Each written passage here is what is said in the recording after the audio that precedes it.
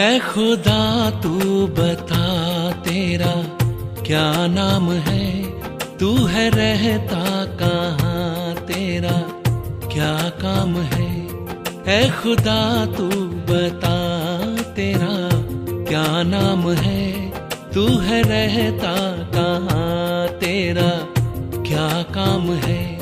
क्या है तेरी हकीकत जो गुमनाम है, तुझ पे खुद को छुपाने का इल्जाम है।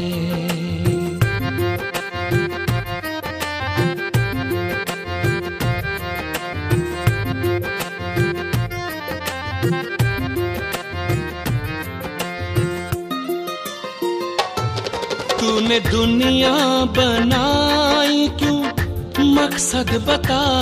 तूने दुनिया बनाई क्यों, मकसद बता।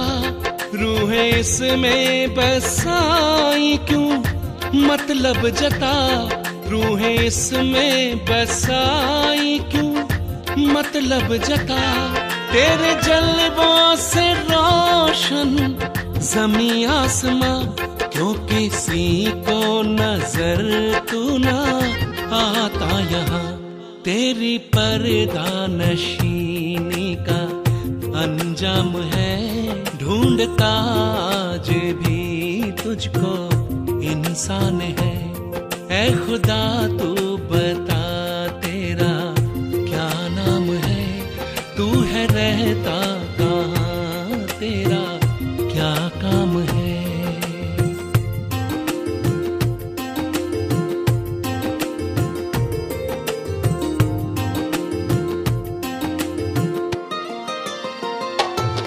धर्म मजहब में है तेरे चर्चे बयां, शान में तेरी लिखते हैं परचे वहाँ। धर्म मजहब में है तेरे चर्चे बयां, शान में तेरी लिखते हैं परचे वहाँ। सबके भगवान अपने ही अपने जहाँ, ना समझ तुझको समझे ना लड़ते यहाँ। तू समझदार हो के भी अनजान है बदी करते इंसान तू बदनाम है। ऐ खुदा तू बता तेरा क्या नाम है, तू है रहता कहाँ, तेरा क्या काम है।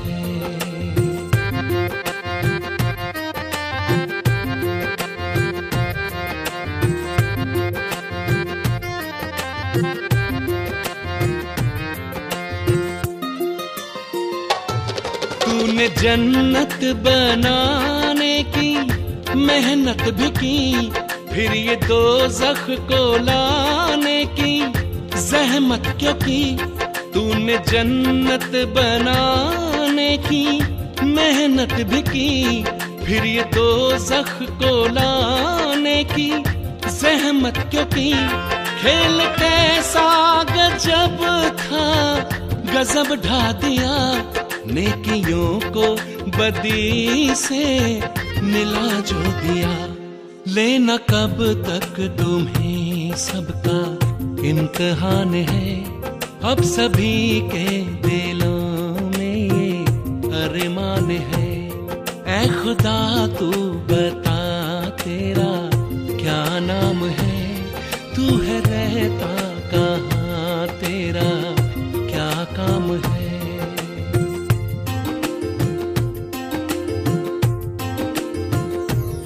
ऐ खुदा तू बता तेरा क्या नाम है।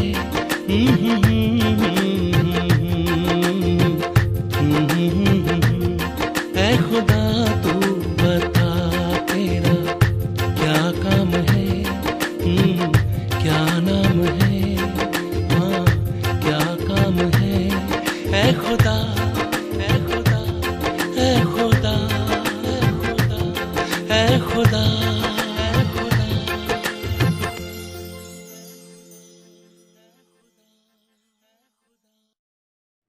शांति। चले हम 1 मिनट साइलेंस में बैठ करके और मेडिटेशन से शुरू करते हैं।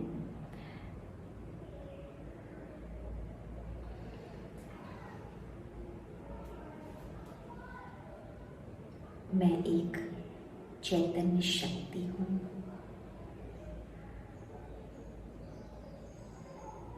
अपने वर्तमान में विचार को देखते चलें।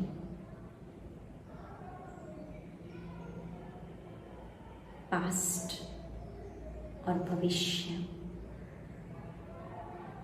को धीरे धीरे इग्नोर करते चलें।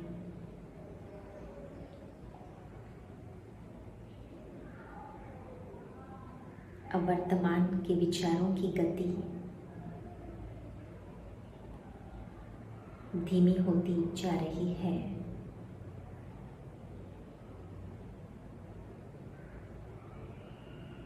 और मैं अपने आंतरिक शांति को फील कर पा रही हूँ।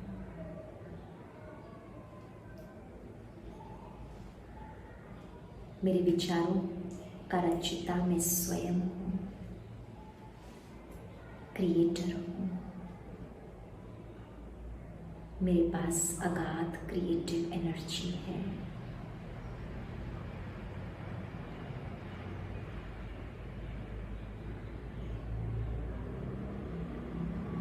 मैं अपने आंतरिक सुख और शक्ति को महसूस कर पा रही हूँ। एक चैतन्य सूक्ष्म सत्ता भ्रुकुटी के बीच निवास करने वाली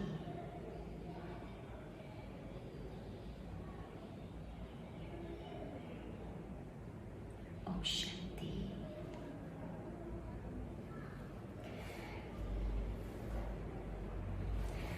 तो चलिए, कल हमने जो कुछ भी चर्चा की आपस में, उसका हम रिकैप लेते हैं।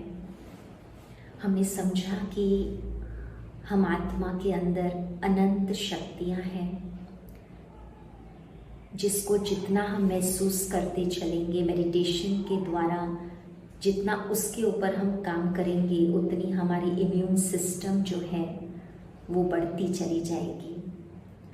ये जो चित्र हम यहाँ पर देख रहे हैं, इस चित्र में आत्मा के 7 गुण दिखाए गए हैं। और ये 7 गुण हैं शांति, पवित्रता, प्रेम, खुशी, ज्ञान, आनंद और शक्ति। ये 7 गुण जो हैं, ये मुझ आत्मा की अपनी खुद की धरोहर है। मेरे अंदर परमात्मा की संतान होने के नाते से मेरे अंदर यह शक्तियाँ ऑलरेडी हैं, ये गुण, ये क्वालिटीज़ ऑलरेडी हैं। आज क्या हुआ है कि ये क्वालिटीज़ हमारे अंदर कम हो गई हैं, या यूँ कहें कि ना के बराबर हो गई हैं। तो ऐसा कौन सा सॉफ्टवेयर है जिसको डाउनलोड करने से फिर से हमारे पास हम ये मैटर ले सकेंगे? वैसे कंप्यूटर में ऐसा कोई सॉफ्टवेयर न निकला है और न निकलने वाला है। साइंस ऐसा कोई साधन नहीं बना सकता, मार्केट में ऐसा कोई शॉप नहीं मिल सकता हमें जहां हमें ये क्वालिटीज मिले।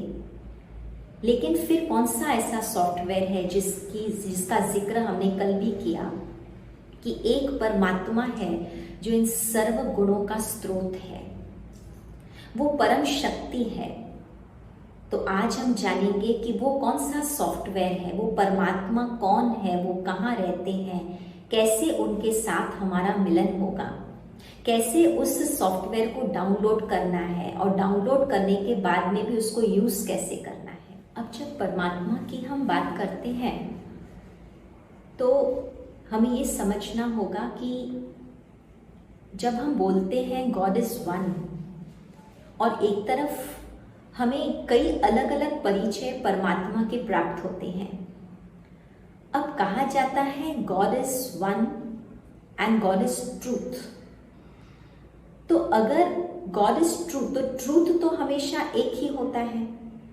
अब मान लो कोई व्यक्ति हमें मिलता है, वो बहुत सारी बातें करेगा एक ही सिलसिले के बारे में, तो हम कहेंगे कि भाई आप एक बात कहो, आप सब कुछ बताते हो, सत्य तो एक ही है ना, आप एक बात करो। अर्थात सत्य एक होता है। और दूसरा हम देखते हैं कि अगर गॉड ट्रूथ है, सत्य एक है, माना परमात्मा या भगवान भी तो एक होना चाहिए। हम पुकारते हैं, हे भगवान हम पर रहम करो, हम ये तो नहीं बोलते ना हे भगवानो रहम करो। और अनेक भी नहीं होते हैं और दो भी नहीं होते हैं। हम मंदिर में जाकर के उस परमात्मा को कहते हैं, तुम मात पिता हम बालक तेरे। माना माता भी तुम हो और पिता भी तुम हो। अब माता अलग और पिता अलग नहीं, तो परमात्मा एक है और फिर उसका परिचय भी एक होना चाहिए। गीता में ये जो महावाक्य दिखाए जा रहे हैं, गीता में लिखा हुआ है, परमात्मा स्वयं कहते हैं कि मेरा परिचय एक ही है और मैं ही अपना परिचय आकर के देता हूँ। अब मान लो मैं हूँ, अब मेरे बारे में मेरा परिचय 10 लोगों के पास जो होगा, या मेरे बारे में मेरी नेचर, मेरी पर्सनालिटी या मेरे बारे में जो मंतव्य है, वो भावनाएं जो है वो सबके पास अलग अलग होंगी। लेकिन सबसे बेस्ट मेरे बारे में कौन जान सकता है। तो आप जब मेरे पास आएंगे, मिलेंगे, तो मैं खुद अपने बारे में, मेरी हॉबीज, मेरी ट्रेड्स, मेरी पसंदगी, मेरी नापसंदगी मैं बता सकती हूँ। तो मैं अपना परिचय बेस्ट दे सकती हूँ, मेरे बारे में जानकारी मैं बेस्ट दे सकती हूँ। ऐसे परमात्मा ने भी गीता में जो कहा है कि परमात्मा स्वयं अपना परिचय आकर के देते हैं। अब हुआ क्या है, जैसे हम ये कहानी देखते हैं, ये चित्र जो सामने आ रहा है बचपन की कहानी है कि एक हाथी होता है और एक पास में गुजरने वाला व्यक्ति 4 अंधों से पूछता है। ये जो 4 अंधे वो बचपन से ही अंधे हैं, तो उनसे पूछता है कि हाथी कैसा है। तो उनको अगर बताना है कि हाथी कैसा दिखता है, तो वो तो आंखों से देख नहीं सकते हैं, तो वो क्या करेंगे, तो वो उन्होंने हाथी को हाथ लगाया, स्पर्श करना शुरू किया कि हाथी कैसे दिखता है। तो उसमें से एक व्यक्ति ने फिर पूछा उनको हाथी कैसा दिखता है, तो पहले अंधे ने कहा कि हाथी जो है वो रस्सी समान दिखता है। दूसरे अंधे ने कहा हाथी दीवार जैसा दिखता है। तीसरे अंधे ने कहा हाथी पिलर जैसा दिखता है।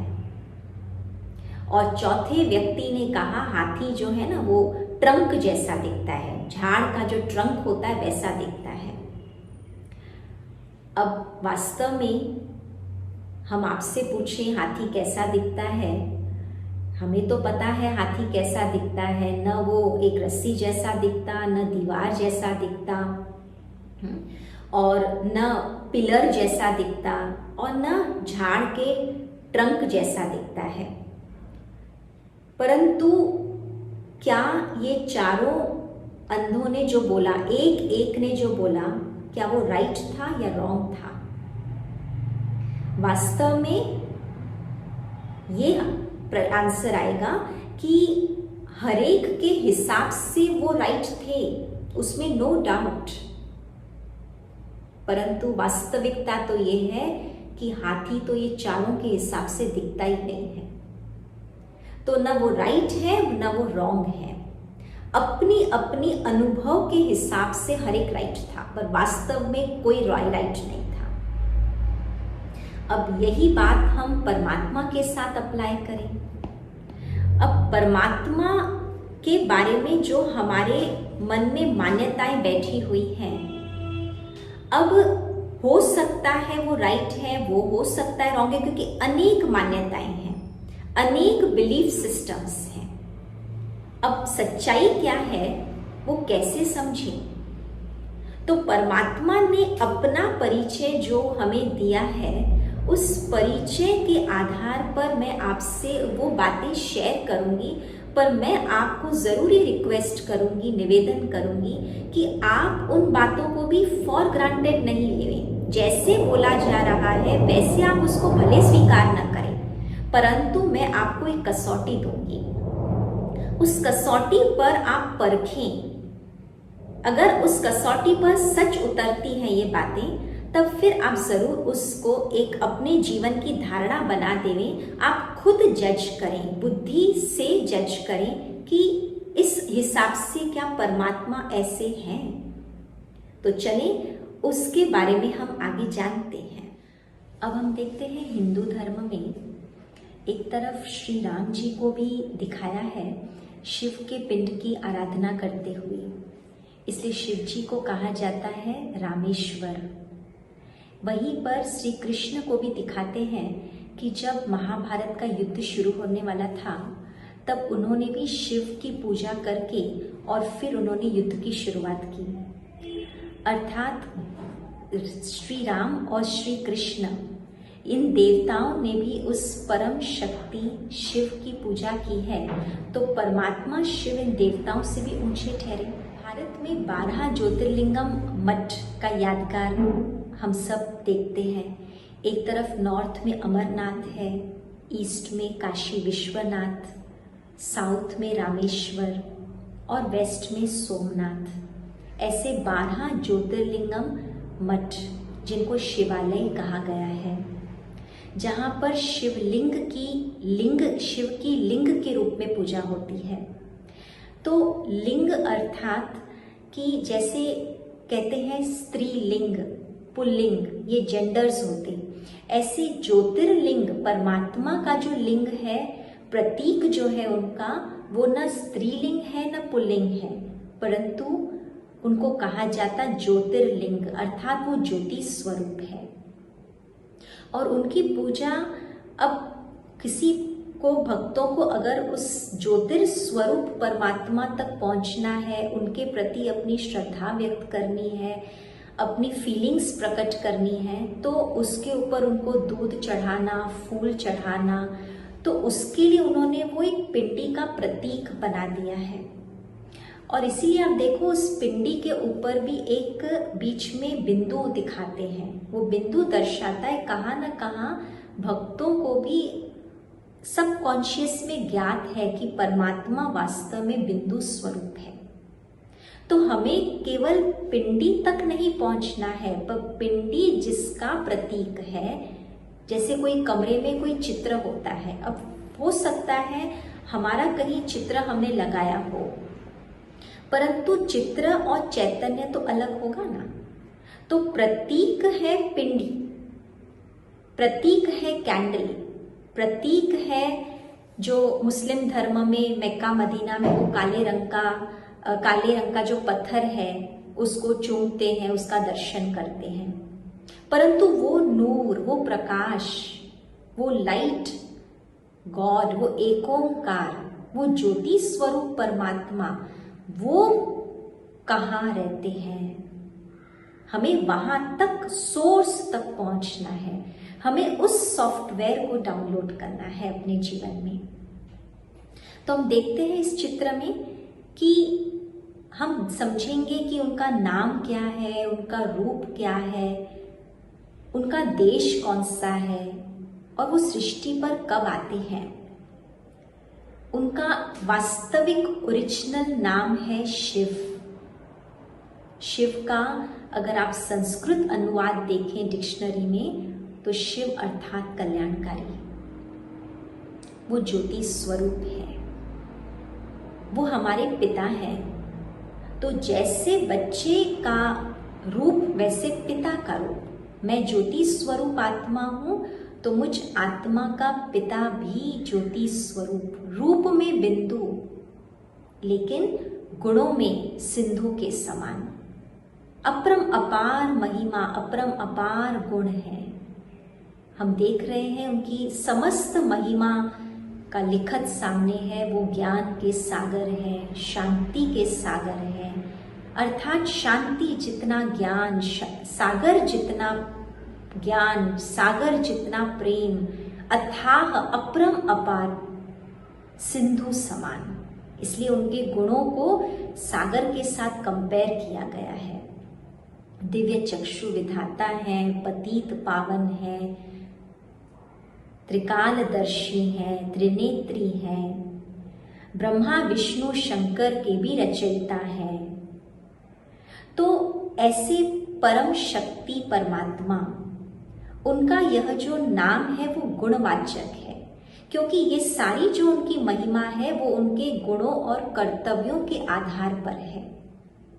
जब वो सृष्टि पर आते हैं, जैसे गीता में कहा गया है, यदा यदा हि धर्मस्य ग्लानिर्भवति भारत, तो अधर्म के समय, अर्थात जब इस सृष्टि पर जो धर्मों में जो स्लोगन्स हैं, जो लिखत है, जो अच्छी अच्छी बातें हैं, धर्म की बातें हैं, उस धर्म के बिल्कुल विपरीत जब इस सृष्टि पर हमें परिस्थितियां देखने को मिलती हैं, चाल चलन देखने को मिलते हैं, तो धर्म की जब ग्लानि होती है तब वो परमात्मा का इस सृष्टि पर अवतरण होता है और वो इन गुणों और कर्तव्यों के आधार पर हम आत्माओं को पावन बनाते हैं, अंधकार से निकालते हैं, अज्ञानता से निकालकर ज्ञान की रोशनी की तरफ ले जाते हैं।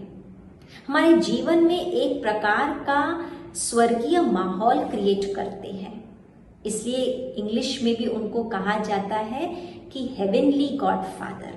तो वो गॉड फादर है जो हेवन स्थापन करने वाला है, हमारे जीवन को स्वर्गीय बनाने वाला है। नर ऐसी करनी करे जो नर से नारायण बने, नारी ऐसी करनी करे जो नारी से श्री लक्ष्मी बन जाए। तो वो हमें वो करनी कौन सी करनी होती है, देवत्व की ओर ले जाती है उनकी शिक्षाएं।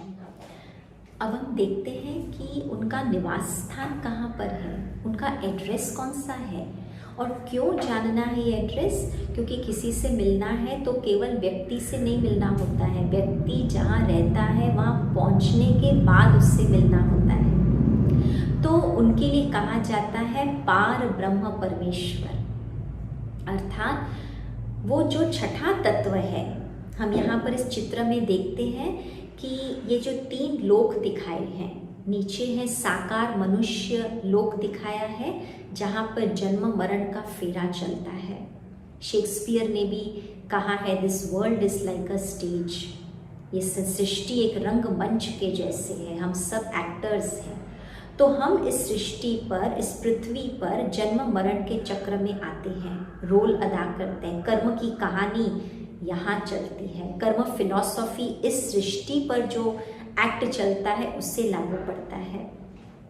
इससे उस पार सूर्य चंद्र तारागण से पार दूसरी दुनिया जो दिखाई है वो है सूक्ष्म लोक, जहाँ पर त्रिदेव ब्रह्मा विष्णु शंकर का निवास स्थान है।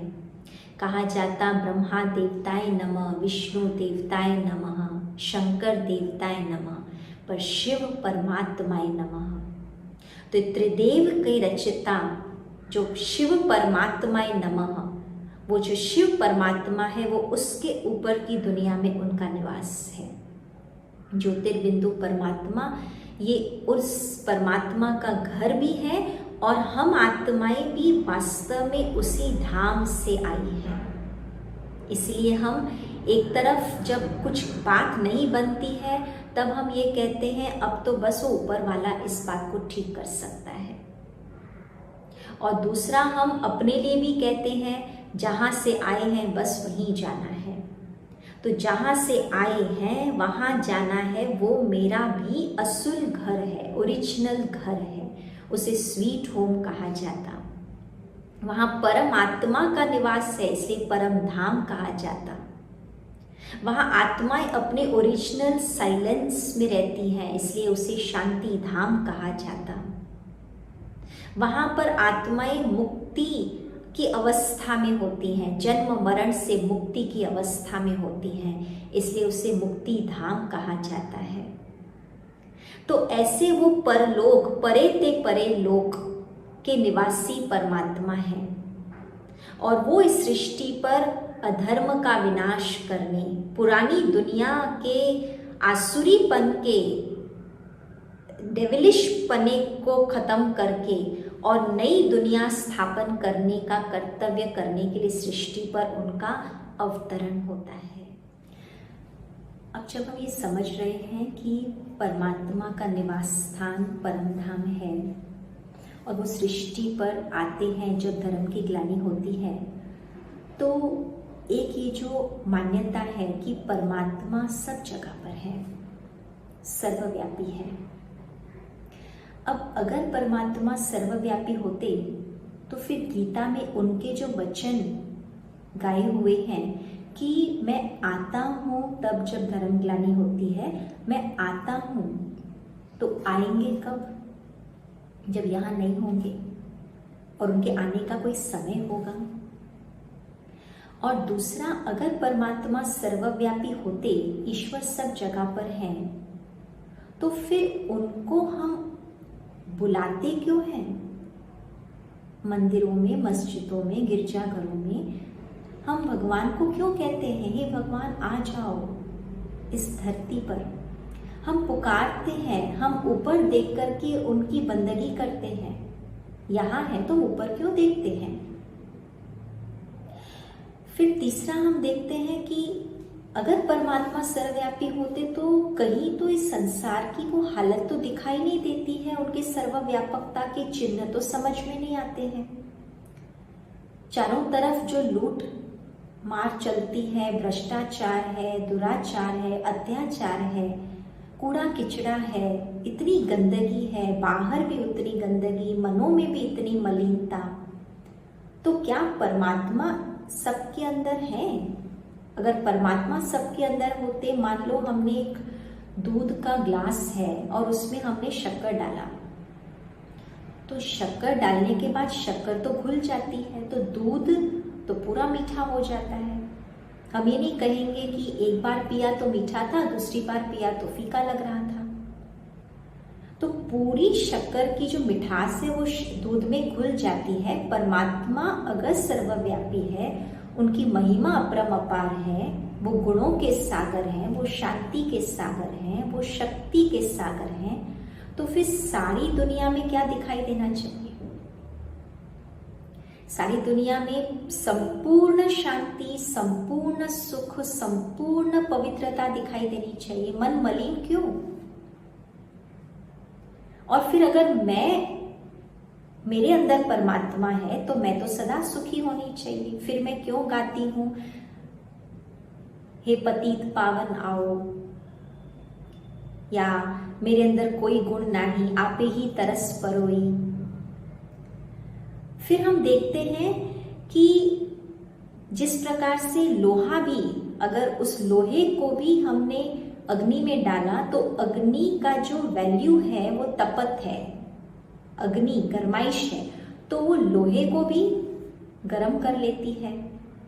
कई लोग कहते हैं नहीं, हमारे अंदर दो चीजें होती है, एक शैतान भी होता है, एक भगवान भी होता, एक नेगेटिव स्वरूप भी होता है, एक पॉजिटिव स्वरूप भी होता। तो जिसको हम एक्टिवेट करते हैं वो अपना काम करता है। तो आजकल नेगेटिविटी एक्टिवेटेड है, आजकल वो शैतानपना एक्टिवेटेड है।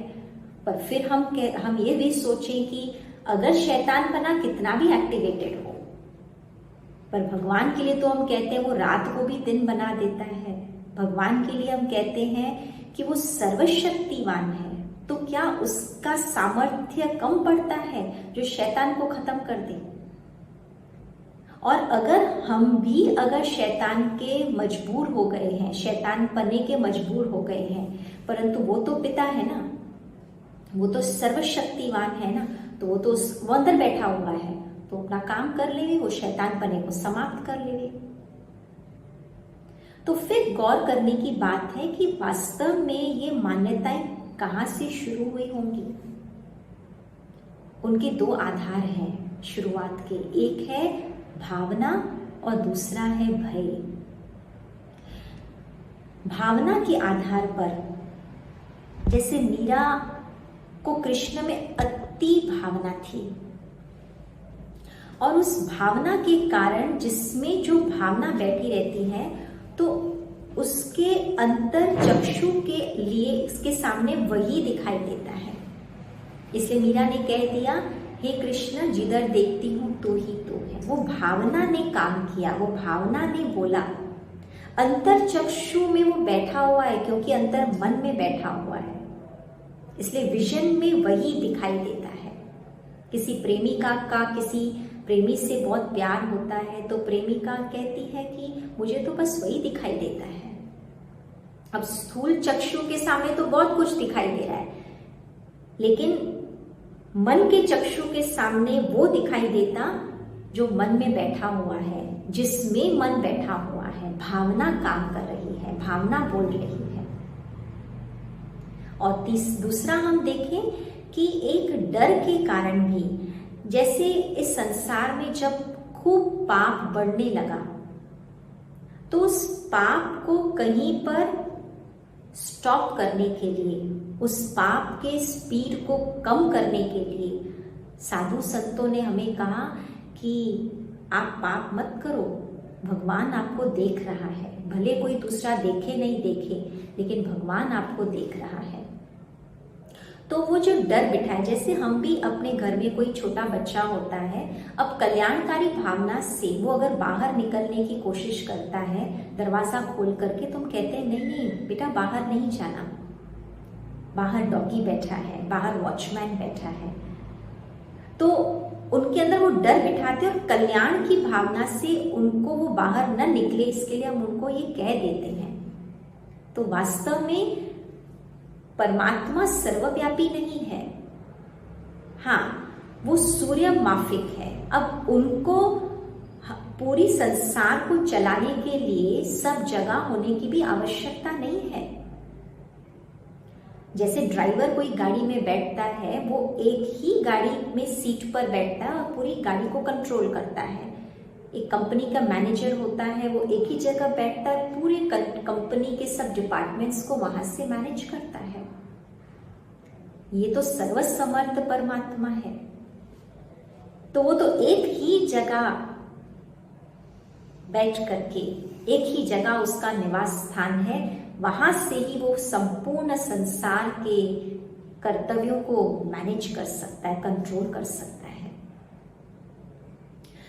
तो ऐसे ज्योतिर्बिंदु परमात्मा के साथ हम कनेक्ट करने की बातें कर रहे हैं। तो उनको हमने जाना और उस जानकारी को, उस परिचय को हम स्वीकार करें, माने, उस परिचय को मन में बिठाएं और उस परिचय के आधार पर उनके साथ हम कनेक्ट हो जाएं। इसी को कहा जाता है ज्ञान योग। ज्ञान के आधार पर ये राजयोग है। तो इसी श्रृंखला को हम आगे बढ़ाते हैं। कल हम इन बातों को समझेंगे कि जब हमने उनको जाना है, उनके एड्रेस को समझा है, तो ज़रूर है कि हमें उनका कॉन्टैक्ट नंबर भी चाहिए। कभी हमें उनसे बात करनी है तो हमें उनका कॉन्टैक्ट नंबर लगेगा। फिर कॉन्टैक्ट जब हम करते हैं, किसी को फ़ोन करते हैं, तो केवल हमने फ़ोन किया और मेरी तरफ से घंटी बजी तब तो मैं नहीं मान लूँगी ना मेरी बातचीत हो गई। तो घंटी भी मेरी तरफ से बजनी चाहिए। उसकी विधि क्या है, फिर घंटी वहां सुनाई दे और फिर वो उठावे तो सही फोन, तब तो बातचीत शुरू होगी। ऐसा तो नहीं कि हम एक तरफ से सिर्फ घंटी बजा लेते हैं और समझते हैं कि मेरा कनेक्शन हो गया, मेरी बात वहां पर पहुंच गई। नहीं, जब तक वो सामने वाला फोन उठाता नहीं है, बात करता नहीं है, तब तक हमारी बात तो शुरू नहीं होती है। अच्छा, फिर हम ये भी समझें कि उनके साथ हमारी बातचीत की भाषा क्या होनी चाहिए, कौन सी लेवल ऑफ लैंग्वेज होनी चाहिए, मोड ऑफ लैंग्वेज क्या होना चाहिए। क्या ये हमारे स्थूल दुनिया की जो बातें, भाषाएं हैं, इंग्लिश, हिंदी, मराठी, सिंधी, क्या गुजराती, क्या ये भाषाएं चलेंगी? तो फिर उसी भाषा में बात करनी पड़े, फिर उसके अलावा दूसरी कोई भाषा वाले उनसे कनेक्ट ही नहीं हो पाए। तो कौन सी भाषा और कौन से लेवल की बातें हम उनके साथ करें, क्योंकि जहां लेवल सेम होगा, जहां फ्रीक्वेंसी मैच होगी, वो कौन सी फ्रीक्वेंसी है, तो जब वो फ्रीक्वेंसी मैच होगी तब हम बहुत सुंदर उनके साथ कनेक्शन जोड़ पाएंगे। इसलिए इस राज्यों को कहा जाता है वायरलेस कनेक्शन। साइंस भले कहीं पर साधनों में फेल हो जाए, लेकिन यहाँ जहाँ साइलेंस है, जहाँ वायरलेस कनेक्शन है, जहाँ कोई प्रकार का आधार नहीं है, ऐसे निराधार, कभी भी, कहाँ पर भी, कितना भी समय, जैसे चाहिए वैसे आप उनके साथ कनेक्ट हो पाएंगे। उस सहज राज्यों की विधि हम कल समझेंगे, परंतु आज अब हम इस सत्र की संपन्नता फिर से मेडिटेशन से करेंगे।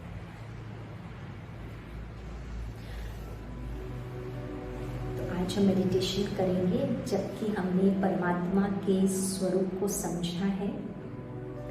हम स्वयं को ज्योतिर्बिंदु स्वरूप समझ के, और उसका स्वरूप आज हम लेंगे परम रक्षक का। चारों तरफ जो भय और चिंता का माहौल है इस समय पर, वो मेरा पिता सर्वसमर्थ, सर्वशक्तिवान, बिलवेड फादर है, और वो सदा मेरे लिए हाजिर है। ऑलवेज फॉर मी, हमेशा मेरे लिए। उनकी आवाज मन की हम सुने, तुम चिंता मत करो, मैं बैठा हूं। तो इस चारों तरफ के भय के माहौल के बीच में हम स्वयं को उस परमात्मा की श्रेष्ठ रचना के रूप में देखें।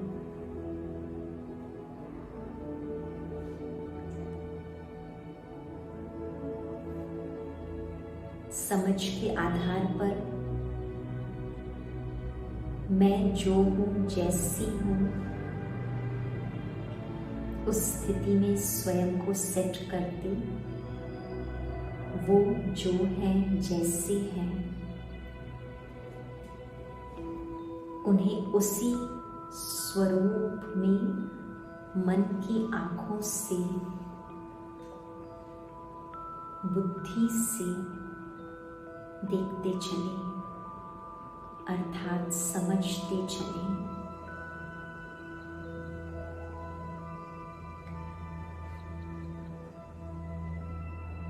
मैं परमात्मा की प्रिय संतान, बिंदु आत्मा,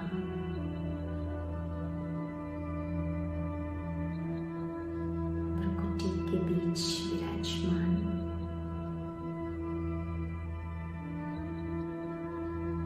पॉइंट ऑफ लाइट।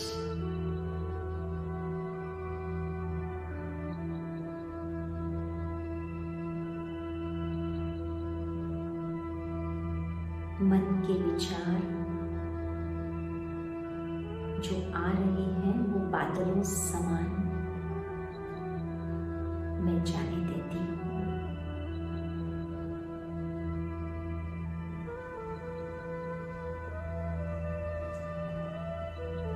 मैं शांत स्वरूप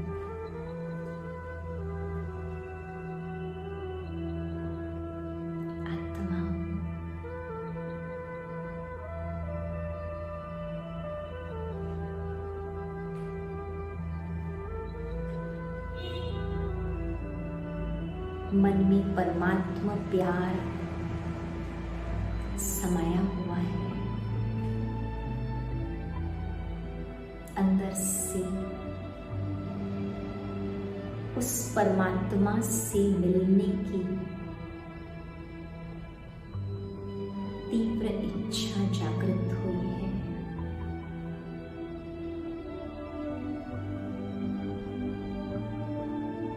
मैं मन के नेत्रों से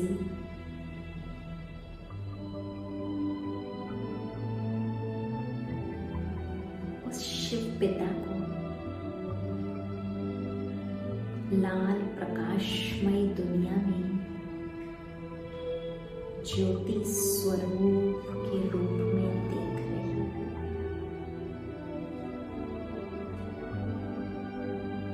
मेरा वो पिता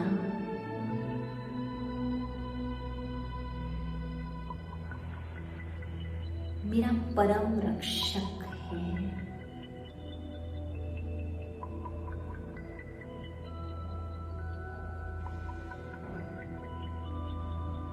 सर्वशक्तिवान है।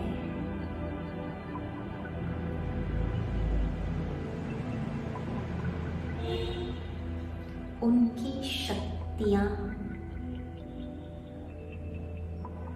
मेरा अधिकार है।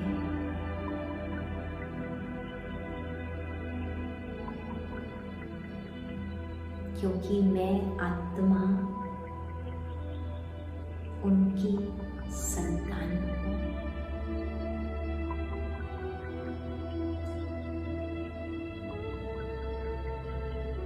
उनकी वो पावर्स, शक्तियां मेरी तरफ आती जा रही है।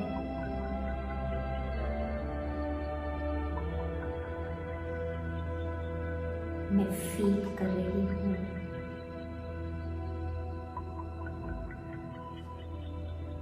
कि शक्तियों की किरणें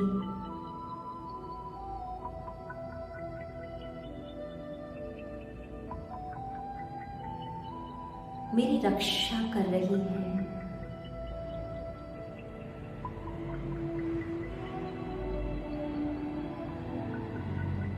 मानो मेरे चारों ओर एक रक्षा कवच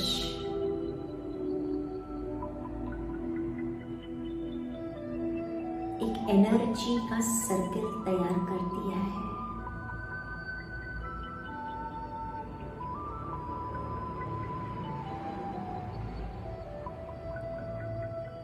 इस रक्षा कवच के अंदर मैं बहुत स्वयं को सेफ महसूस कर रही हूँ।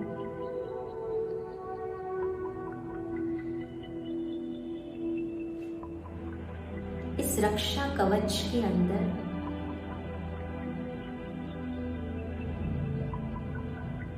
मेरा मन भय और चिंता से मुक्त है।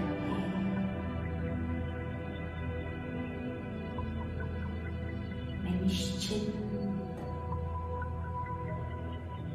सुरक्षित हूँ।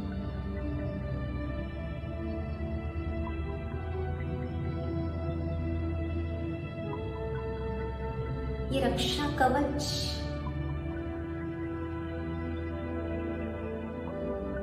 मेरे लिए वायरस फ्री सिस्टम बन गया है।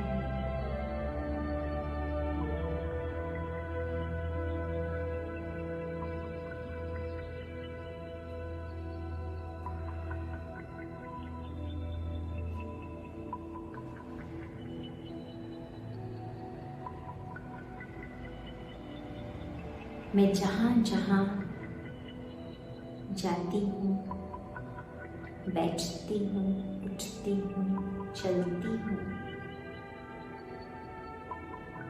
ये कवच सारा दिन मेरे साथ रहता है।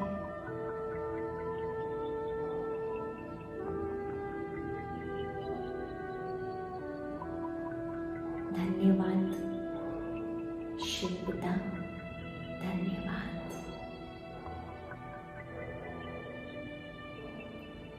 ओम शांति शांति शांति।